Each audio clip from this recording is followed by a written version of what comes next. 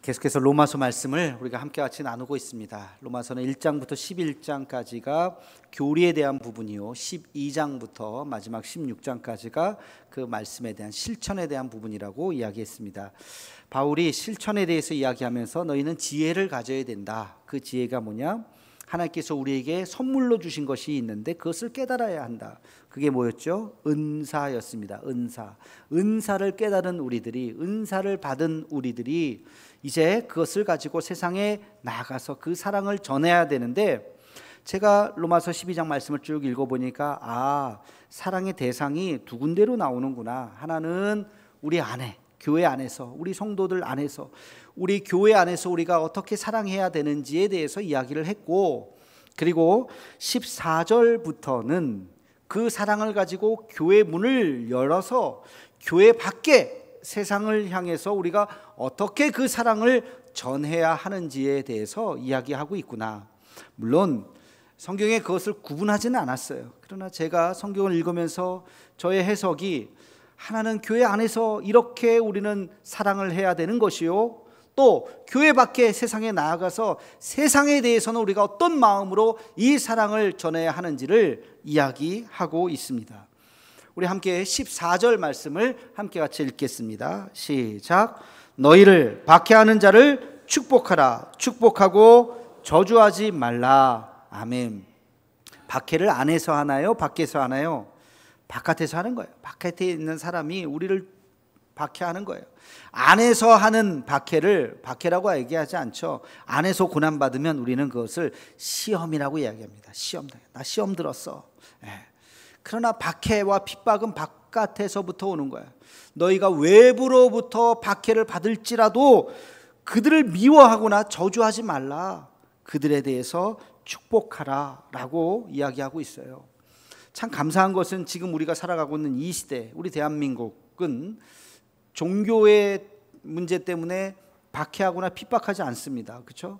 여러분 교회 다닌다고 뭐 핍박 받으시나요? 생명의 위협을 느끼시나요? 그렇지 않아요. 얼마나 감사한지 몰라요. 그러나 이 시대에 여전히 박해받는 어떤 일부의 국가들, 일부의 지역은 있죠. 2000년 전으로 생각해 봅시다. 바울이 이 편지를 썼던 이 시점에는 너무나도 큰 박해가 있었습니다. 예수 믿는다는 이유로, 예수님을 따른다는 이유로 그들은 옥에 갇히고 매를 맞고 고문을 당하고 죽기까지 합니다. 아주 끔찍한 방법으로, 잔인한 방법으로 목숨을 잃으면서도 신앙을 지키는 거예요. 우리를 향해서 그렇게 핍박을 하는 사람들, 우리의 형제, 우리의 가족들을 그렇게 잡아가는 사람들을 어떻게 미워하지 않을 수가 있겠어요? 어떻게 용서할 수 있겠어요? 그러나 바울은 그들에 대해서 용서하라고, 그들에 대해서 오히려 축복하라고 이야기하고 있습니다. 여러분, 이것이 아주 중요한 우리의 기독교의 가치관, 기독교의 역사관이라고 하는 것을 잊어서는 안 됩니다. 세상이 핍박한다고 우리는 산에 들어가서 숨어서 우리끼리 굴을 파고 살아가는 것이 아니에요. 우리는 세상 한가운데 서서 세상을 변화시키기 위해서 박해를 받지만 불의에 끝까지 맞서고, 그리고 반성경적인, 반기독교적인 사상에 저항하면서 역사를 바꾸면서 개혁하면서 살아왔던 것이 우리 기독교의 2000년의 역사였던 것입니다. 인간을 사랑하고 인간의 존엄과 인격이 멸시당하는 것을 막고, 그러기 위해서 우리는 끝까지 투쟁하기도 하고 때로는 희생하기도 하면서 기독교의 역사는 여기까지 왔던 것이죠. 세상에 대해서 우리는 기본적으로 어떤 자세를 가져야 하는가? 세상 한복판에서, 세상 한가운데서 세상을 외면하지 않고 세상을 긍정하고 인정하고, 그러나 세상에 동요되지 않고 세상을 변화시키는 것이 우리가 가져야 하는 기독교적인 역사관이라고 하는 것을 잊어서는 안 될 것입니다. 여러분, 그런 의미에서 다시 한번 14절 말씀을 다시 한번 읽도록 하겠습니다. 시작. 너희를 박해하는 자를 축복하라. 축복하고 저주하지 말라. 아멘. 바울은 여기에서 세상을 향해서 교회의 문을 열고 한 걸음 나가면서 우리가 가져야 하는 우리의 마음 자세에 대해서 이야기하고 있습니다. 세상을 긍정하라는 거예요. 여러분, 세상이 어떤 곳입니까? 하나님이 세상을 이처럼 사랑하사. 세상은요, 하나님이 만드신 만물이에요. 산, 바다, 나무 한 그루, 꽃 한 송이도 다 하나님이 만드신 하나님의 피조물인 줄로 믿습니다.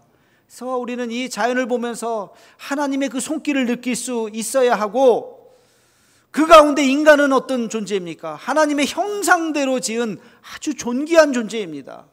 그래서 우리는 사람을 당연히 사랑해야 돼요. 당연히 인정해야 돼요. 사람이라고 하는 하나님의 형상으로 만든 이 사람과 우리는 더불어서 잘 지내야 하는 것입니다.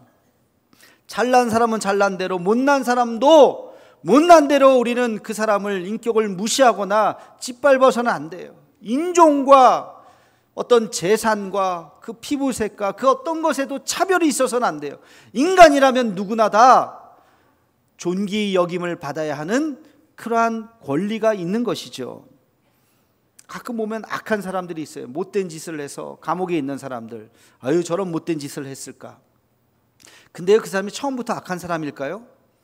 가만히 생각해 보세요. 그 사람 태어나서 1살, 2살일 때가 있었겠죠. 여러분, 태어나서 1살, 2살일 때 너는 악한 아이, 너는 선한 아이 따로 있나요? 없어요. 그 아이들은 다 이뻐요. 인종을 초월해서.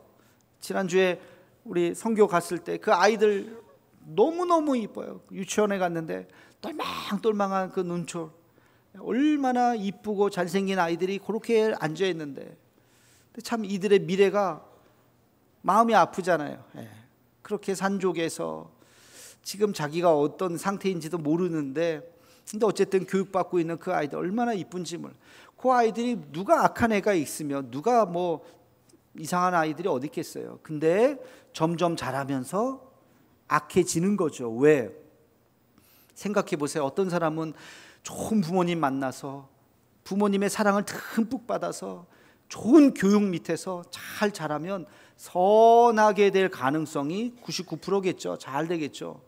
그런데 불행하게도 어떤 아이는 부모님의 사랑을 받지 못하는 아이가 있어요. 뭐 이런저런 이유로 헤어졌던지 돌아가셨던지 부모님의 사랑도 모르고 이웃의 사랑도 모르고 돌봐주는 이 없이 천덕꾸러기로 그렇게 사람들에게 외면당하고 거절당하고 미움당하고, 그러면서 자기 혼자 그렇게 어느 순간 어른이 되었을 때 세상에 대한 원망과 분노가 없겠습니까? 그런 사람들이 범죄를 저지를 확률이 높겠죠.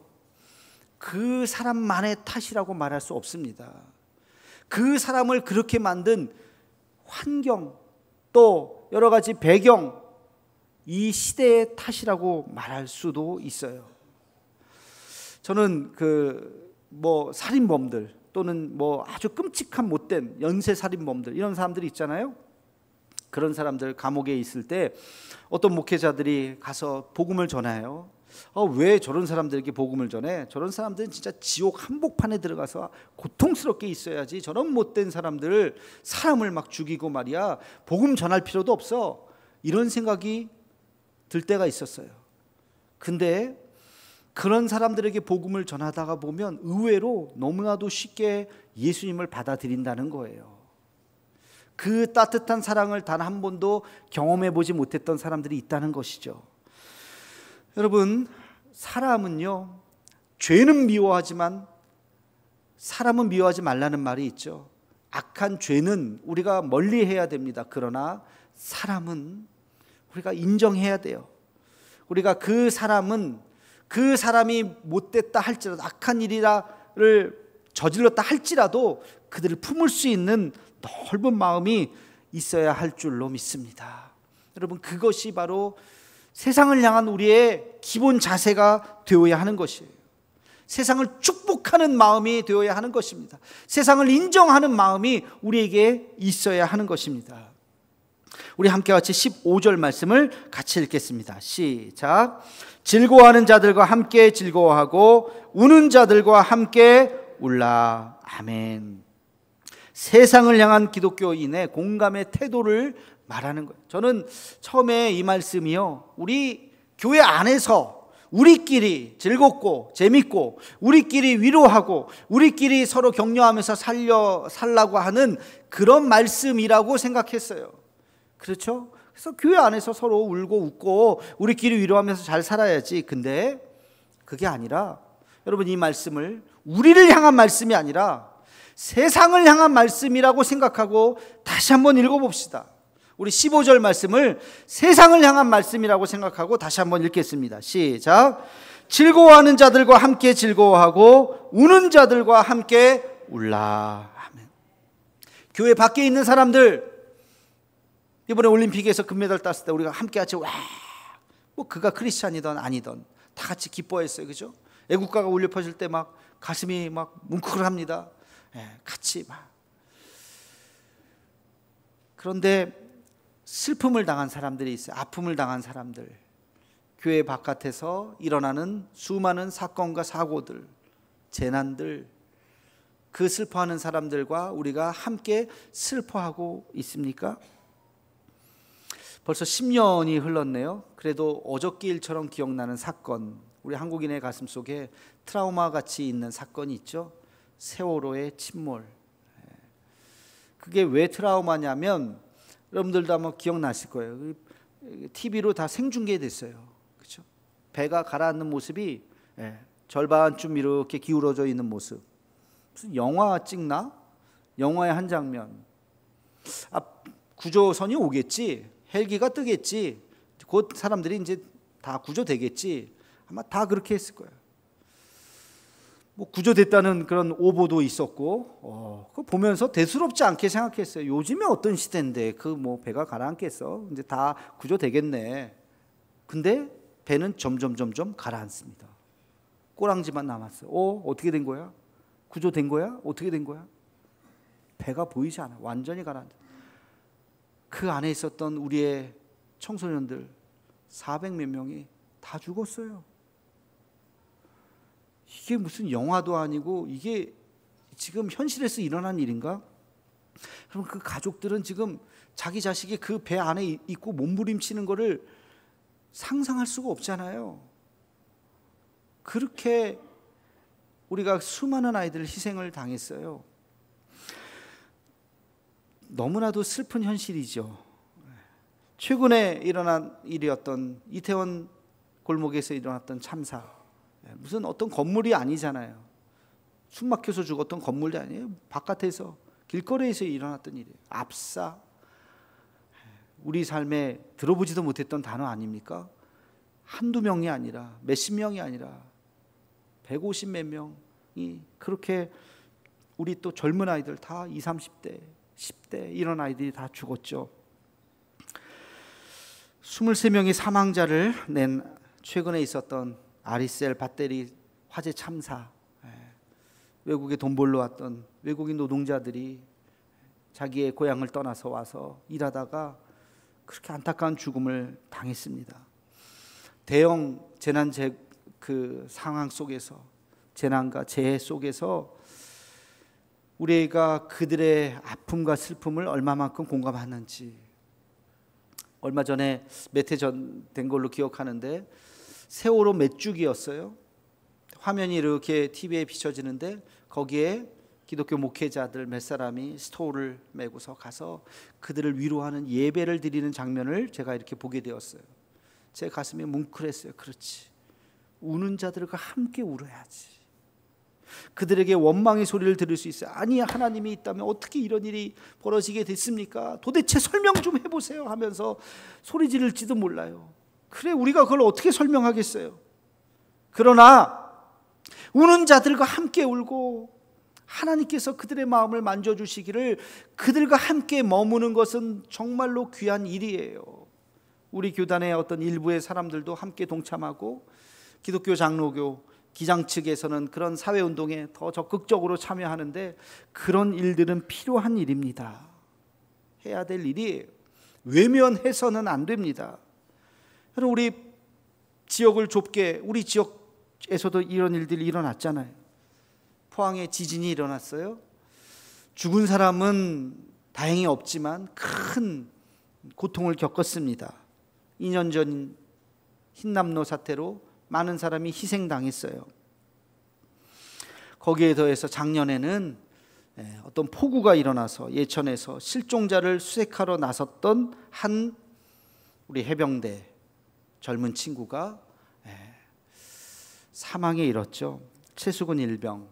우리 포항남노회가 해병대를 품는 노회입니다. 그래서 해병대 기수들이 오면 우리 목회자들이, 장로님들이 가서 거기서 그 아이들, 군인들 나오라 그래서 세례를 줍니다. 제가 이야기를 들었더니 최수근 일병도 그때 세례를 받았던 친구라고 그러더라고요.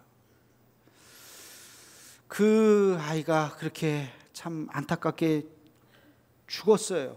이런 아픔들을 이건 뭐 우리랑 무슨 상관이야, 뭐 그냥 뭐 남일이지, 이렇게 생각해서는 안 돼요. 우리 기독교인들이 우는 자들과 함께 울 수 있는 마음, 그들의 아픔이 나의 아픔이라고 생각하고 세상에서 일어나는 여러 가지 참사와 재난에 대해서 우리가 공감하고 우리가 함께 같이 눈물 흘려야 하는 것입니다.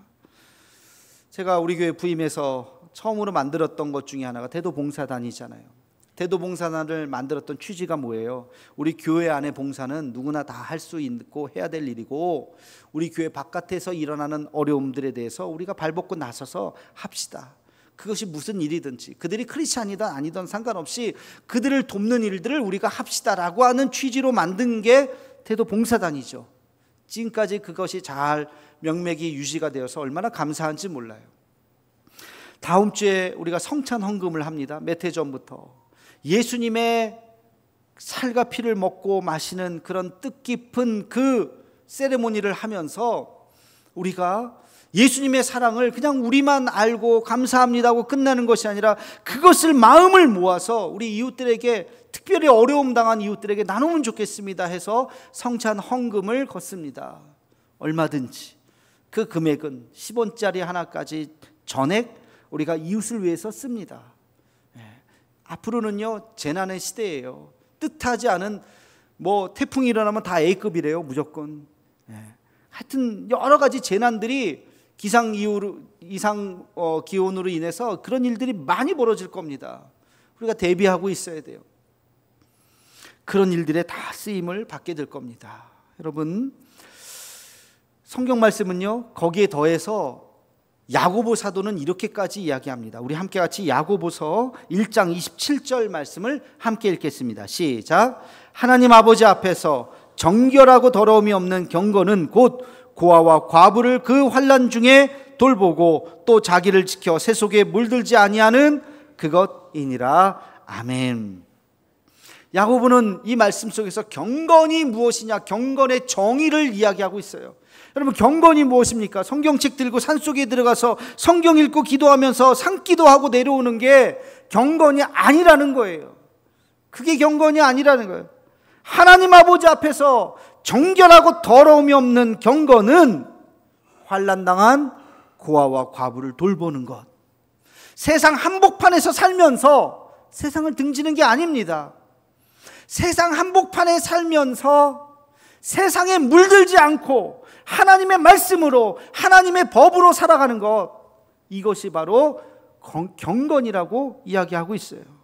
여러분, 우리가 이웃을 잘 섬긴다면, 잘 돕는다면 그것이 영성입니다. 영성이 다른 게 아니에요. 우리의 하나님 앞에서 우리가 바른 영성은 우리가 이웃을 잘 돌보고 있는지, 그들의 아픔에 공감하고 있는지 우리 스스로 돌이켜 보아야 하는 것입니다. 우리가 이웃을 위해서 나누는 것은요, 그것이 그냥 내가 무슨 적선하고 끝나는 것이 아니에요. 사실은 우리를 위한 것입니다. 이런 이야기가 있어요. 인도의 성자 선다싱이라고 하는 분이 있어요. 이분이 히말라야를 넘으면서 복음을 전하러 다녔는데, 어느 날 티벳에 이제 복음을 전하러 가다가 눈이 한참 눈보라가 치는 날이었어요. 그때 이제 그 산을 넘어서 가야 하는데 어떤 동행자를 만났습니다. 잘 됐다, 이 사람과 말벗을 하면서 어려움을 잘 넘고 있었는데 어느 길에 어떤 사람이 쓰러져 있어요. 봤더니 이제 막 동사하기 직전이에요. 죽지는 않았습니다. 그래서 이 사람 죽지는 않았는데 우리가 좀 같이 도와줍시다, 같이 부축해서 갑시다 그랬더니 아이고 무슨 소리예요, 나도 지금 혼자서 가기도 힘든데 이 사람을 어떻게 데리고 가요? 안 돼요 하면서 그 사람 먼저 혼자 가버렸어요. 뭐 혼자 하든지 말든지 하면서 썬더싱이 고민을 하다가 그래도 이 사람 아직 살아있는데 그 사람을 부축을 하고 안고 끌어안고 메고 그러면서 그 산을 넘었습니다. 한참을 가다가 보니까 또 한 사람이 쓰러져 있어요. 이 사람 누군가고 봤더니 혼자 내뺐던 그 사람이 혼자 가다가 추위에 떨어가지고 거기서 쓰러져서 그 사람은 죽은 거예요. 썬더싱은 혼자 가지 않고 그 사람과 함께 같이 부축하면서 갈다가 땀이 뻘뻘 나고 추위를 견딜 수 있었던 겁니다. 그럼 이 이야기는 굉장한 교훈을 우리에게 줘요. 함께하는 것이 뭐 내가 적선을 베푸는 것이 아니라 그것이 사실은 우리를 위한 길입니다. 내가 사는 길이에요. 남을 위한 길이 아니라는 거예요. 함께 산다고 하는 것은 내가 살 수 있는 길이에요. 함께 울어주고 고통당한 사람들 함께 외쳐주는 것이 바로 하나님의 나라를 만드는 것입니다. 이것은 어쩌면 나를 위한 일일 수도 있어요. 내 자녀를 위한 일일 수도 있어요. 외면해서는 안 되는 것입니다. 함께 웃고 함께 울어줄 수 있는 우리가 되기를 주님의 이름으로 축원합니다. 우리 함께 16절 말씀을 함께 같이 읽겠습니다. 시작. 서로 마음을 같이 하며 높은 데 마음을 두지 말고 도리어 낮은 데 처하며 스스로 지혜 있는 채 하지 말라. 아멘. 한마디로 뭐 하라는 거예요? 겸손하라는 거예요. 그렇죠? 교만하지 말라는 거예요. 있는 채 하지 말라. 낮은 데로 가라. 겸손. 여러분, 바울이 지금 겸손을 이야기하는데요, 그 당시 로마 시대에는 겸손을 미덕이라고 말하지 않았던 시대라고 합니다. 겸손이 아니에요. 센 자, 강한 자가 미덕이에요. 이겨야 됩니다. 반드시 싸워서 이긴 자가, 강한 자가 미덕이고 겸손한 자는 밟히는 시대였어요. 그러나 바울은 그렇게 이야기하지 않았어요. 여러분, 이것이 바울의 이야기가 아니죠. 바울은 예수님의 이야기를 한 거예요. 그리고 예수님도 구약의 이야기를 그대로 담아서 말씀을 드린 거예요. 성경을 관통하는 중요한 가치 중에 하나는 교만하지 말아라, 겸손하라는 것입니다. 우리 구약의 말씀 몇 군데 읽어볼까요? 시편 147편 6절 말씀입니다. 함께 읽겠습니다. 시작. 여호와께서 겸손한 자들은 붙드시고 악인들은 땅에 엎드러 뜨리시는도다. 잠언 11장 2절 말씀입니다. 시작. 교만이 오면 욕도 오거니와 겸손한 자에게는 지혜가 있느니라. 아멘. 겸손이 지혜라는 거예요. 여러분, 세상 지혜가 다른 게 아니에요. 겸손이 지혜라는 것입니다. 잠언 18장 12절 말씀 함께 읽겠습니다. 사람의 마음의 교만은 멸망의 선봉이요 겸손은 존귀의 길잡이니라. 아멘. 교만하면 멸망할 것이요 겸손하면 존귀 여김을 받을 것이다. 이게 구약의 가르침이요, 예수님께서도 겸손하게 사셨죠. 나는 온유하고 겸손하니 말만이 아니라 예수님은 말구에로 이 땅에 오셨고 나귀를 타고 입성하셨고 제자들의 발을 씻기셨고 십자가에 달려 죽으셨습니다. 예수님의 삶 자체가 겸손한 삶이었어요. 바울은 이 겸손의 가치를 그대로 그의 제자들에게, 로마의 성도들에게 이야기하는 것입니다. 지혜 있는 채 하지 마십시오. 뭐 좀 가진 채 하지 마십시오. 좀 배운 채 하지 마십시오. 아무것도 아닙니다. 겸손하십시오. 여러분, 교만한 자는 누구를 의지하겠습니까? 나를 의지하는 거예요. 내가 똑똑한데, 내가 잘났는데. 하나님을 의지하지 않아요. 그러나 겸손한 자는 하나님을 의지합니다. 하나님이 누구를 도우시겠어요? 당연히 겸손한 자를 도우시겠죠. 교만한 자는 다른 사람을 무시합니다. 내가 똑똑한데, 아유 저 뭐 별것도 아닌 사람들. 그러나 겸손한 자는 다른 사람을 존중할 줄 아는 사람이에요. 그래서 존귀 여김을 받는 것이죠. 여러분, 이러한 삶의 기본적인 태도는 세상 속에서 완전히 다른 결과를 갖게 되는 것입니다. 이게 초대교회 기독교인의 가치관이었어요. 세상을 향해서 문을 열고 한 발자국 나가면서 모두가 다 겸손했던 것입니다. 겸손해야지, 아는 채 말아야지, 섬겨야지. 그 겸손이 세상을 바꾸어 놓았던 것이죠.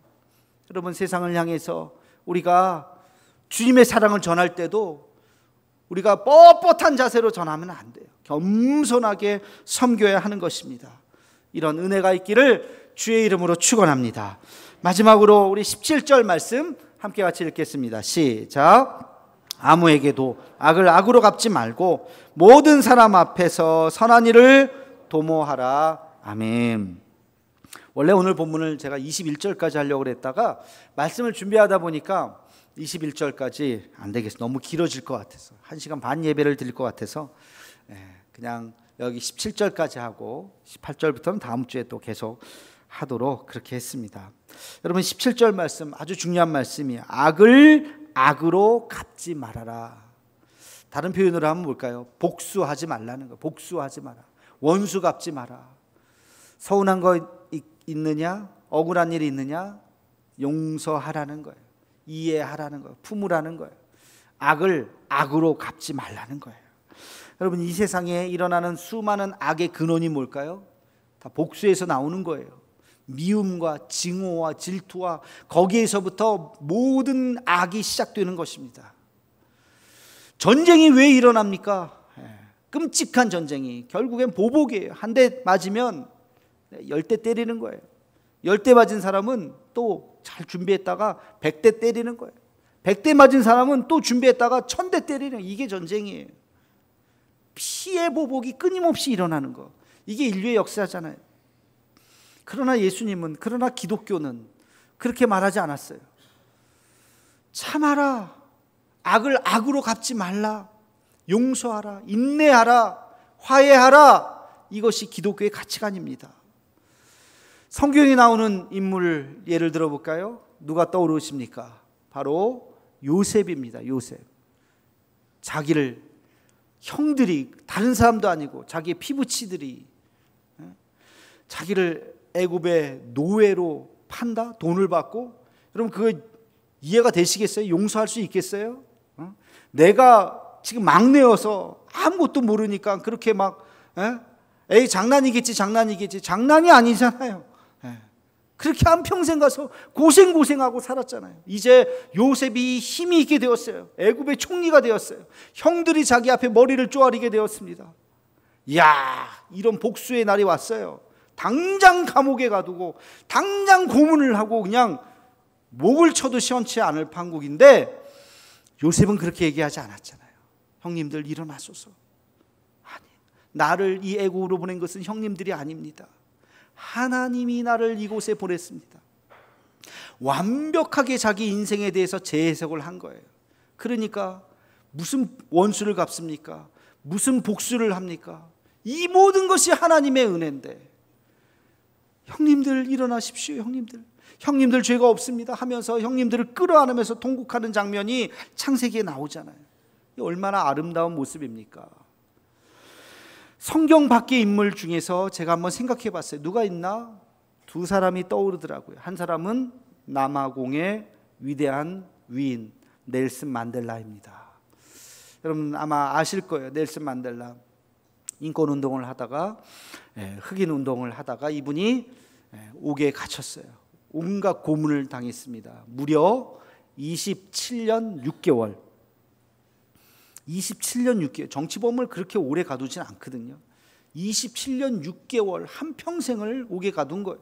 이분이 풀려나와서 법이 바뀌어서 직선제로 대통령이 되었습니다. 흑인들의 지지를 받아서 이제 모든 권력을 자기 손에 쥐었어요. 불법으로 자기를 가두고 감금하고 고문을 했었던 사람들 이제 한순간에 다 피해 보복을 할 수 있는 절호의 찬스입니다. 그러나 넬슨 만델라는 그렇게 하지 않았어요. 진실과 화해의 위원회를 만들어서 화해를 전제로, 용서를 전제로 당신들이 잘못한 것을 인정만 하시라. 이미 다 용서했다. 이미 다 화해했다. 이런 법을 만들어서 진실과 화해위원회로 모든 나라가 더 이상 보복하지 말고 원수 갚지 말고 하나가 되도록 했던 사람이 넬슨 만델라입니다. 여러분, 이 진실과 화해 위원회를 만들면서 그 위원장을 데스먼트 투투 대주교를 임명했어요. 이분이 멋진 말을 남겼어요. 정말 역사의 명언이에요. 용서 없이 미래는 없습니다. 이분이 쓴 책 제목이기도 한데요. 용서 없이 미래는 없습니다. 미래로 나아가야 되잖아요. 젊은 세대들에게 꿈과 희망을 줘야 되잖아요. 미래로 나아가기 위해서는 이 문제를 풀어야 돼요. 어떻게 풀어야 돼요?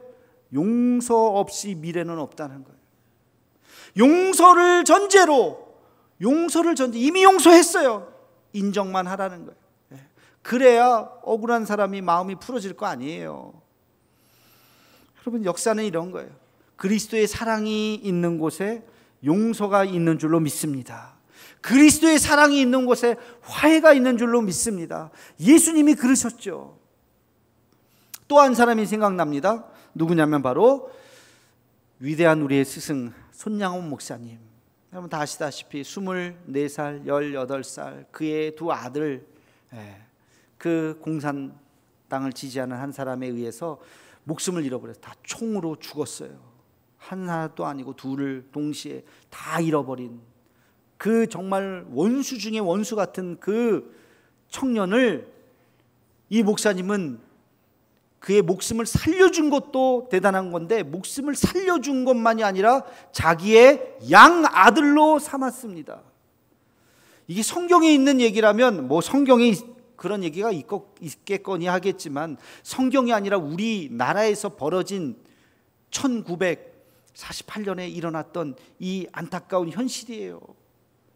저는 다시 한번 이 사건을 생각하면서 이 손양원 목사님 같은 목사님이 우리의 역사에 있다는 것이 얼마나 귀한지, 예수님의 사랑에 우리가 실천할 수 있는 끝판왕이 그게 바로 이 손양원 목사님이 하신 일 아닐까요? 그 자기를 죽인 아들을 용서할 정도가 아니라 자기의 양아들로 삼으셨다. 이게 바로 기독교의 사랑입니다. 이게 바로 예수님의 사랑입니다. 세상을 변화시켜야 된다. 세상을 변화시키는 힘이 뭐냐? 그게 바로 사랑이에요. 그게 바로 용서예요. 그게 바로 십자가의 희생인 줄로 믿습니다. 여러분, 예수님께서 능력이 없어서가 아니잖아요. 능력이 있음에도 불구하고 십자가의 그 희생으로 자기를 못 박은 사람을 용서해달라고 하는 그 마지막 말씀으로 이 사랑을 완성하셨기에 세상이 변화된 것입니다.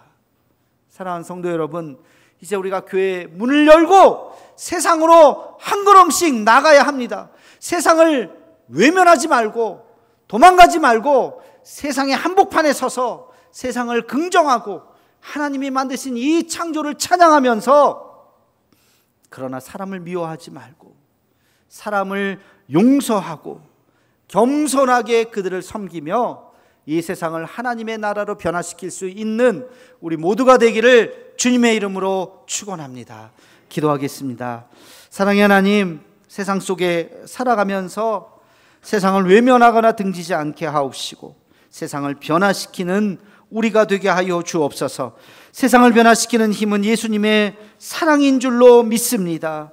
예수님처럼 섬기고 예수님처럼 용서하고 품을 수 있는 마음을 우리에게 허락하여 주옵소서. 예수님의 이름으로 기도하옵나이다. 아멘.